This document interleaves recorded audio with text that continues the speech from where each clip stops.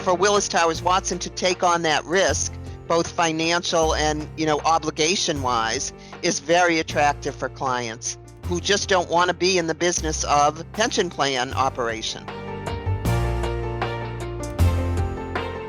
You're listening to Benefits with Purpose, a Willis Towers Watson podcast where benefits delivery experts help employers navigate the world of health and wealth benefits and deliver purpose to their people in the moments that matter most.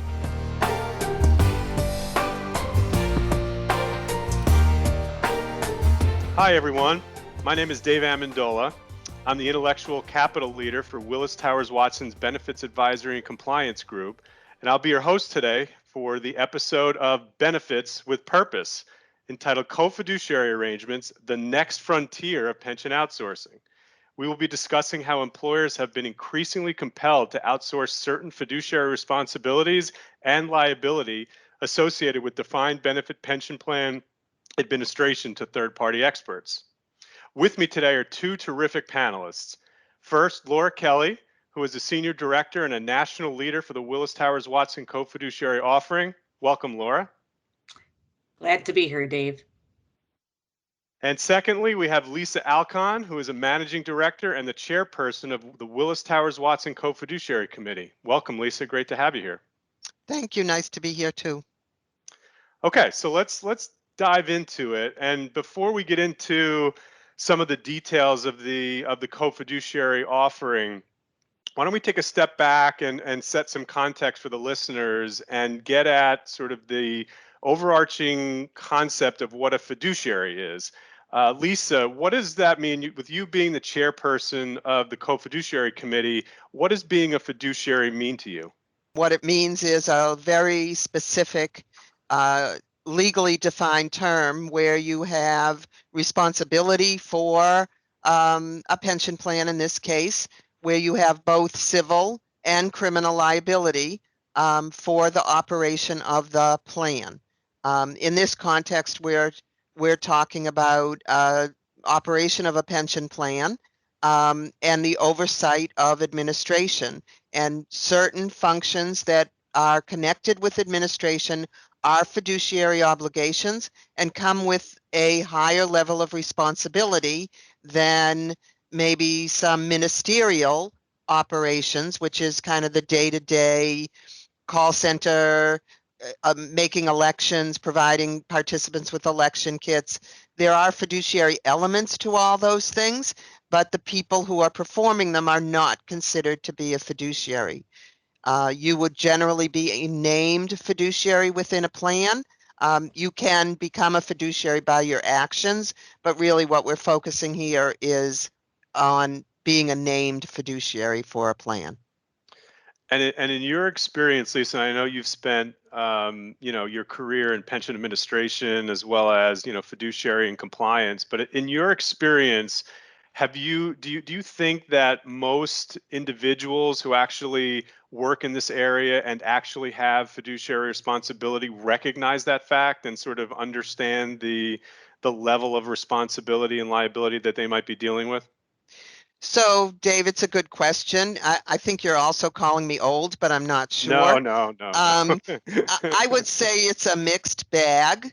The people who are operate at the committee level for a client generally understand that they are fiduciaries. They may not understand what that really means, but they know that they're subject to a higher level of scrutiny than maybe the day-to-day folks at the client. The reality is that in certain circumstances, either intentionally or not, the people who are dealing with plan operations on a daily basis are performing fiduciary functions and don't really understand that they have civil and criminal liability for the work that happens around the plan. Yeah, that's helpful. So Laura, why don't we turn to you and get into a little bit more of what the co-fiduciary offering is and sort of what it's not. I mean, I think maybe some listeners have heard of or maybe more familiar with delegated investment arrangements and certainly traditional pension outsourcing. How does the co-fiduciary offering differ from those and what's unique about it? Sure. So When we think about running the pension plan, we can think of kind of two aspects to the pension plan. One being the financial part of the pension plan, so the trust and the investments in the trust and your funding policy and determination of how much contribution you're putting into the plan each year in order to later pay out benefit payments to your participants and beneficiaries. And then there's the operations of the plan. And the operations of the plan is actually doing the administration of the plan, making decisions with how to treat participants, following all the requirements for pension plans, all the government filings, all the required notices, making sure your plans are compliant. So what we're focused on under this co-fiduciary offering is really the operational piece. This is not dealing with the financial part of the plan. That's where you'll see plans have delegated investments where they have delegated out the, investments of the trust to a third party. Here, this is really talking about moving the fiduciary responsibility and risk that's associated with the operation of the plan from a plan sponsor over to Willis Towers Watson. So Lisa talked about the traditional outsourcing arrangement, and under that arrangement, people are acting in a ministerial fashion, meaning they're not making decisions with regard to the plan. They are acting as they're directed to. So they're performing tasks based on the direction of the fiduciary. Under this offering, that responsibility, which today is always residing with the client, moves over to the Willis Towers Watson Fiduciary Committee, and our committee is responsible for making the decisions of the plan, plan interpretations, choosing how to treat participants, making sure that the plan is compliant, that there are no issues out there, that we're following all required legislation in addition to the plan documentation. Okay, so just to kind of drill into that a little bit. So when an employer outsources the administration of the plan, they're outsourcing the operation and a lot of those ministerial factors. But traditionally, they would keep most, if not all, of the fiduciary responsibility and the accompanying liability. And I think what you're saying is with this co-fiduciary offering, the employer is able to essentially outsource and delegate a lot of those fiduciary responsibilities and thus some of that liability to, let's say, Willis Towers Watson. Is that accurate? That's correct. So in a traditional environment, the fiduciary decision making for the administration of the plan, the fiduciary oversight responsibility for all actions around the operation of the plan are the client's responsibility. In this new arrangement, that work actually moves over to the Willis Towers Watson Fiduciary Committee. So I think, Lisa, to me, that seems like a pretty valuable result for certain employers. Obviously, there are a lot of factors that go into this, but that element of risk mitigation would seem to be, at least on its face, a value proposition to employers. Is that what we've been seeing?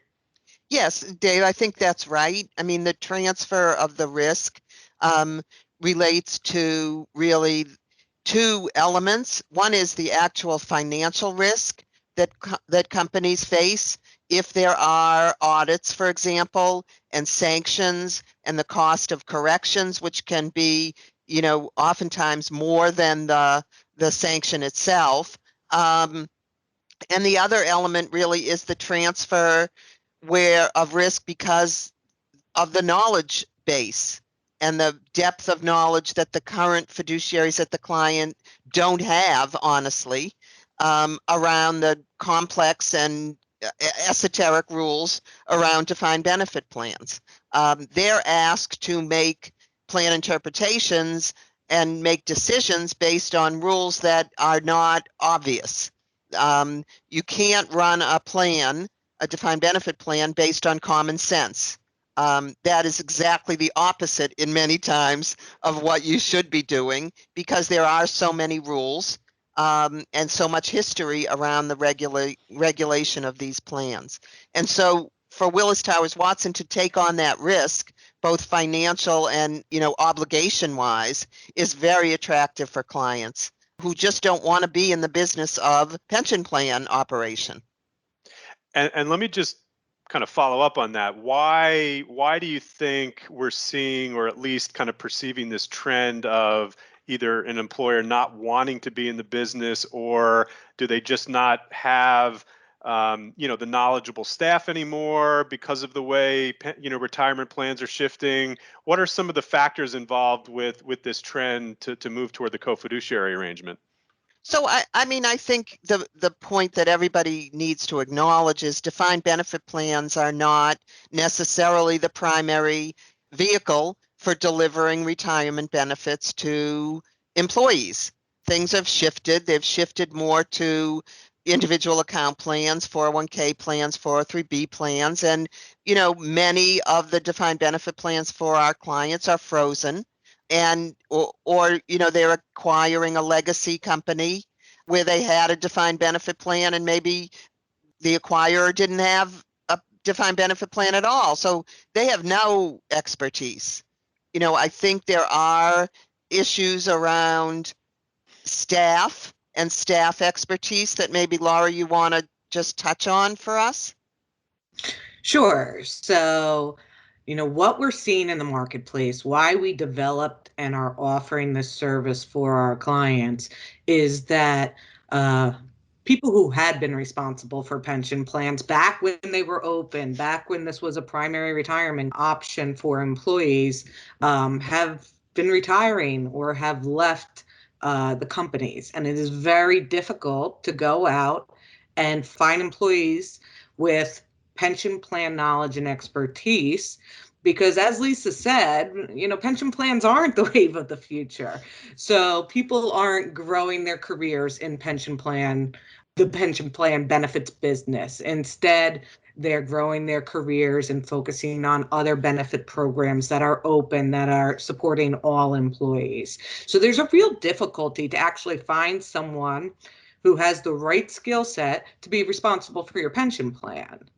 And what we see happening is people are being asked to make decisions with regard to the pension plan where it's not their skill set, that's not their background.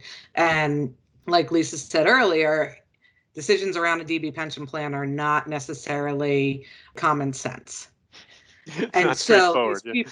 Yeah. these people who are making decisions don't have the background to do it. And so the risk that has always existed with pension plans is rising when you have someone who's not a pension plan expert making these decisions. Couple that with the fact that these government audits and the sanctions around them have increased by a lot over the past few years. So while these pension plans aren't the main retirement benefit for most employees or many employees, the government is still in there, still looking at them. They're still changing the rules and expecting that pension plans are following them. So the risk is there. I feel like the risk has gotten higher over the last few years in terms of the operation of these plans. And the people aren't there to make the decisions who have the appropriate skill set. Is there also a component to this that even if an employer had the staff who could handle this, that, connecting to what Lisa was saying before, that because this is not necessarily the primary retirement vehicle for the employee base, that they just would rather, like a company would rather have those employees and staff who could do this work, they'd rather have them focus on different, maybe more valuable business objectives. Is that happening as well? That's right. So we see this with our clients who have moved to this arrangement. There are clients of ours who had pension plan staff, but that wasn't their only responsibility. And so having to focus time on the pension plan takes away from being able to meet strategic objectives of your other benefit plans that are covering all employees. We talk about moving the risk in the pension plan. We have a client who recently said to us, the reason that this arrangement is so great is I didn't think that there was a lot of risk in my pension plan, but I felt like there was a lot of risk with my other benefit plans because we didn't have the time to focus on them like we wanted to. So moving the work of the pension plan off their plate so they can focus on those other benefit plans and other objectives has been really beneficial for them, either in meeting strategic objectives or in just reducing the risk of those other benefit programs.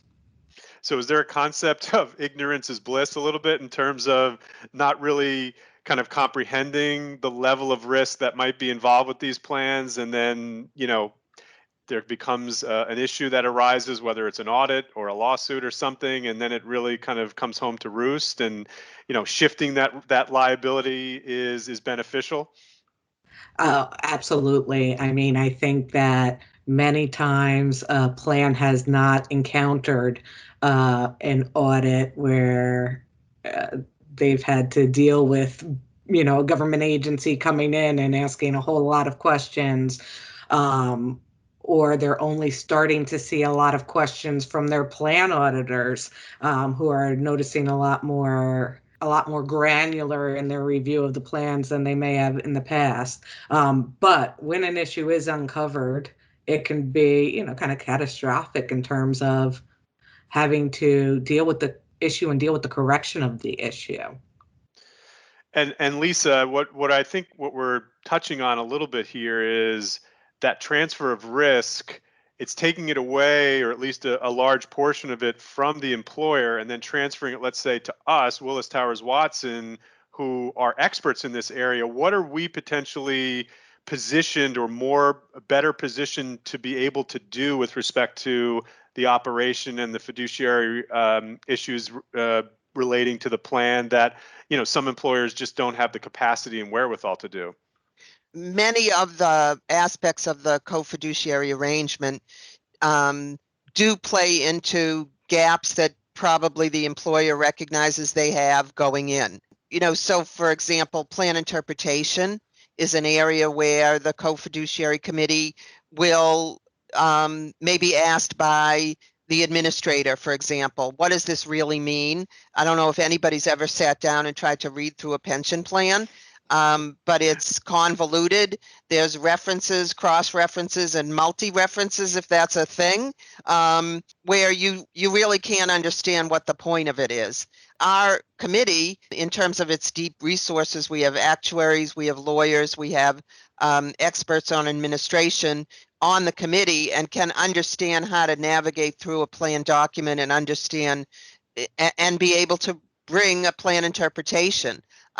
We don't do that work in a vacuum. We do try to understand what's happened in the past, but we don't necessarily follow exactly what happened in the past. What we do is do our independent fiduciary obligation by looking at the plan and saying, what does this really mean? And how should it be interpreted? For example, as well, we take care of all participant escalations. We deal with participant escalations one by one or as a group, and work with the participant to get the issue resolved. And so that doesn't have to be an obligation of the company. And it's kind of demystifies for participants.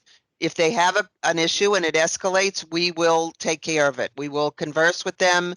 We will do the plan interpretation. We will respond to their inquiries on a timely basis and do the research that's needed to resolve their issue.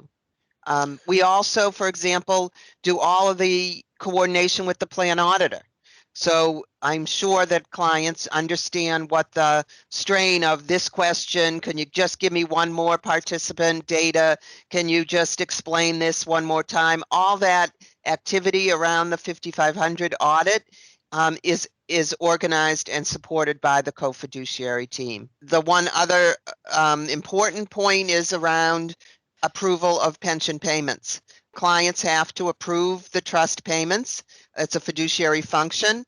And so we take that on as well on a monthly basis, reviewing calculations, making sure that the entry into the payment system is appropriate and based on the election that people made. So there's an enormous amount of activity that the client is relieved of doing that is taken on by people who have a deep expertise in that area. So let me be clear on this, because I think it's really important for our listeners to understand. So what you just kind of went through, a laundry list of items, and it sounds like there's kind of two pieces to this that are really important to an employer. One is the time and effort and resources that would be undertaken by the internal staff to deal with plan interpretation issues, back and forth, maybe bringing legal counsel in, participant escalation, situations, the government filings, the trust approval of trust payments. All of that time and energy is now off of the employer's plate and ours, the experts, but also the potential liability that goes along with that. And just to be clear, if there are issues that come out of that, that's, for us, unfortunate, but we're taking on that liability and thus taking that away from the employer. Is that correct? Right. It's a true risk transfer. Willis Towers Watson is on the hook for whatever decisions and whatever activities they undertake, we undertake, I undertake actually, around the fiduciary responsibility around that plan. The risk transfer element, besides just the operational freeing up of people's time and responsibilities, is huge. And that's really a benefit for clients who have gone into this co-fiduciary arrangement with us. And Laura, I think based on what we alluded to earlier, it sounds like for a growing number of employers, that risk transfer is very valuable, considering the fact that this plan may no longer be really a valuable benefit. It may be completely frozen, and employees may not be getting a further benefit out of this plan. So that calculus can be very attractive for an employer to say, I'd like to transfer that risk because we're really not getting as much of a value or a benefit from this plan as maybe we used to. Is that accurate, do you think? Absolutely. So I think you introduced this podcast, Dave, as the frontier for pension outsourcing. And it's true. So pension plans, if you think back historically, were insourced. They covered all their employees. Then companies moved to outsourcing. They didn't want to have the responsibility for doing the administration of these plans, nor did they have the expertise to, properly give employees everything that they wanted, or participants and beneficiaries everything that they wanted. Well, plan sponsors still have these plans, but they don't want to deal with them anymore. They want to focus on other things. So they want to remove that risk. And this is really kind of the last area in pension plan operation that they need to move to if they really want to take the risk of the operation and the work associated with the operation of the pension plans off their plate. I kind of alluded to this earlier, but I get the sense, at least with some employers, that when they have outsourced the pension administration, some may have felt that some of these things that we talked about may have actually been outsourced when at least the responsibility and the liability may not have been, or really wasn't outsourced at the same time. And so now, sort of making them aware of the fact that these items, relate to a continued liability, and having the ability to outsource that, again, I think can be very attractive to some employers. Why don't I just ask kind of a question, Laura? What have you seen? What would you say from the clients that we've been working with in this arrangement? Have you been surprised by anything? Is there anything that kind of pops out at you as being something that you've heard from clients that either they didn't understand before kind of going to this arrangement, or have found to be sort of very valuable that they didn't necessarily think about even when they decided to engage us in this regard? I mean, I think the response from our clients has been wonderful. I don't know that there's any items that they weren't aware of before, but what we've heard from clients is this is such a relief to know that all of this is being taken care of by you. We periodically report out to the client. That's why they're the co-fiduciary. They can't give up all responsibility with regard to the plan. They need to make sure that our Willis Towers Watson Fiduciary Committee is doing what they're supposed to be doing. And so periodically the committee reports out on all the activities that have taken place, all the benefit claims and appeals that may have happened with regard to the plan, how they're making sure that the operation of the plan is being performed in a compliant manner. And our clients say things like, we couldn't do this without you, or what a relief. I think, for me, since we've been doing this offering, what's come to my attention is just how many individual participant escalations may occur, or benefit claims and appeals may occur, or just unique scenarios may occur that in the past the client had to somehow figure out how to treat those people. And now our Willis Towers Watson Fiduciary Committee makes those decisions. I would say, the pandemic has made an interesting turn of events for people. The whole idea of remote notarization has come up, and should plans allow that? I can't get out to get a notary for my spousal consent. Things not being able to go to the post office. There's a million stories in the big city around the impact the pandemic has had on everybody's business, every aspect of everyone's business. But it has had an impact directly on pension plan administration.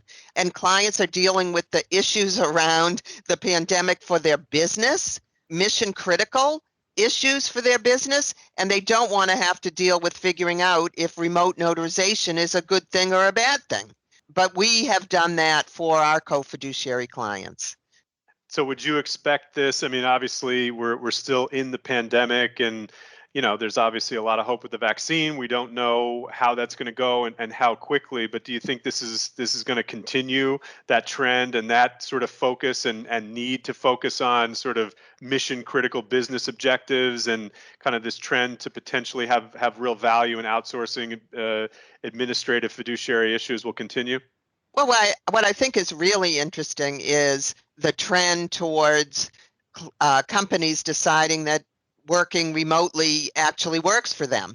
And the issues around, I can't look this up, this person's service history, because it's in a folder in the basement or in the trailer behind the building. And so trying to figure out strategies around remote workforce will continue indefinitely, whether there's a pandemic or no pandemic, because there are savings to be had, of course, in real estate. And, we've all proven that we can work from home or from wherever. So I don't think the issues are going to subside. Maybe the emergency feeling will subside some, but there will still always be issues around, remote workforce.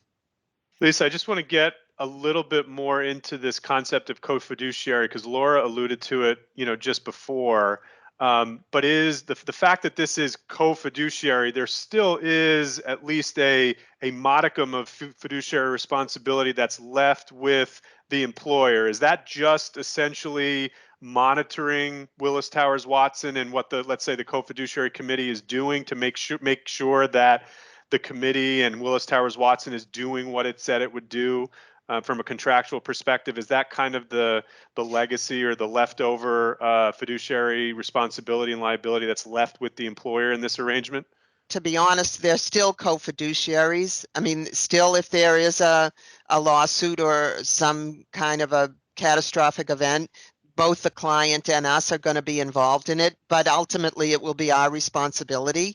But as you point out appropriately, the fiduciary responsibility really that remains with the client is the oversight and monitoring of Willis Towers Watson's co-fiduciary committee.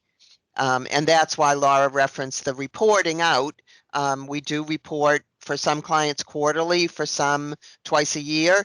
We really don't want to do anything less than that. And at a high level, report on what's going on with the plan and how we are satisfying the obligations that we've taken on in order to satisfy what we should be doing in light of our risk. But yes, it is a co-fiduciary model, because you can't contractually make fiduciary obligations disappear. Yep.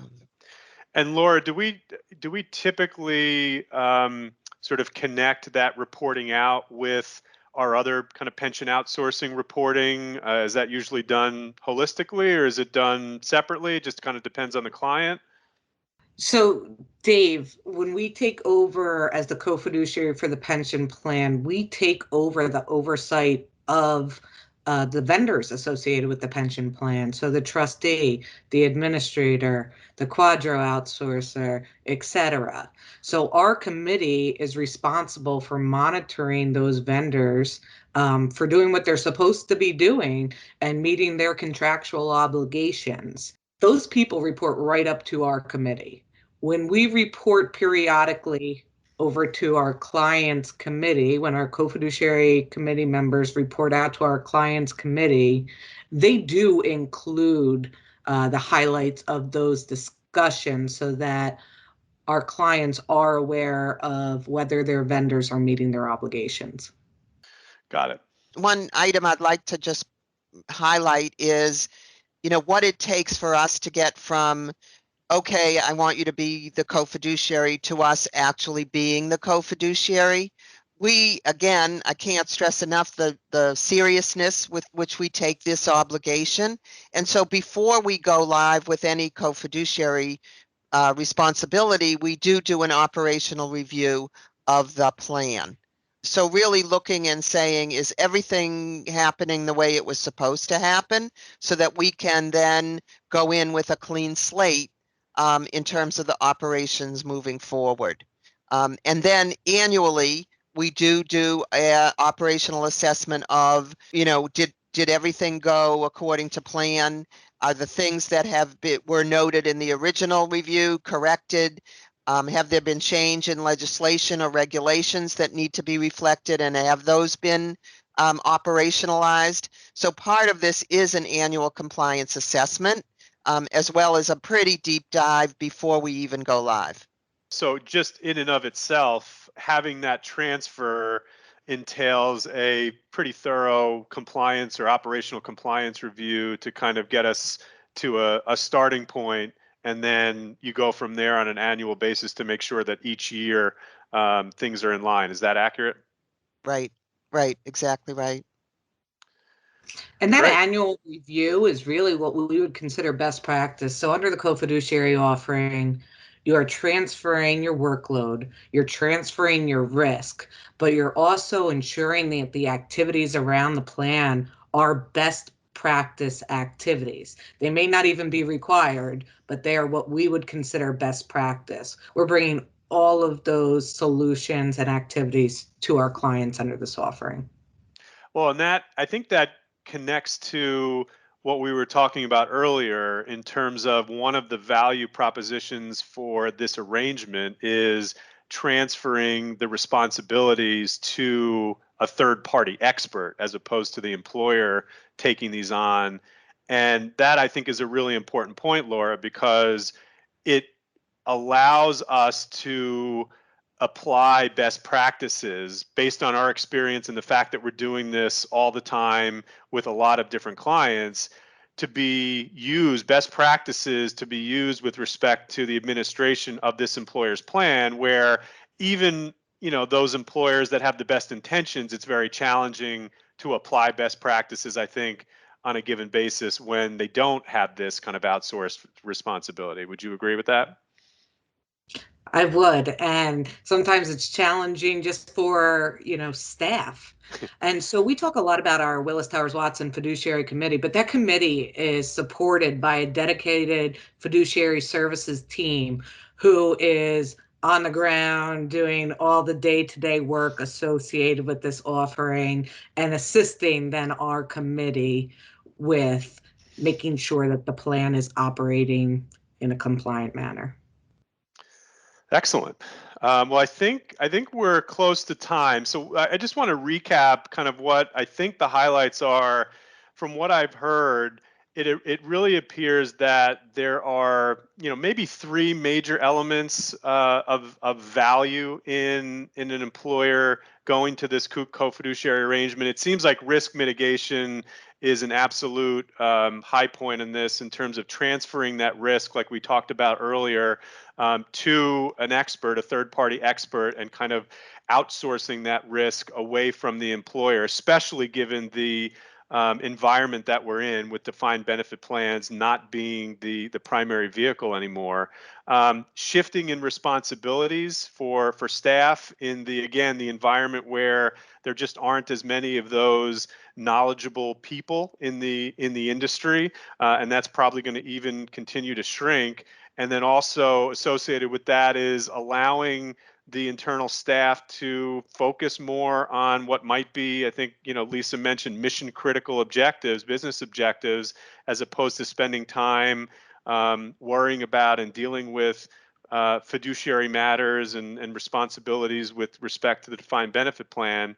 And then what we just talked about, the enhanced compliance results and usage of best practices that we can apply as we do across our client base, and that we can continue to enhance ourselves, and that can pertain to the individual plans that we work with.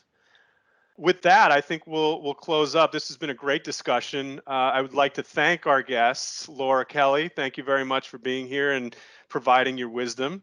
My pleasure. And Lisa, thank you, especially being the chairperson of the committee, to give us your insights, and really appreciate your participation as well.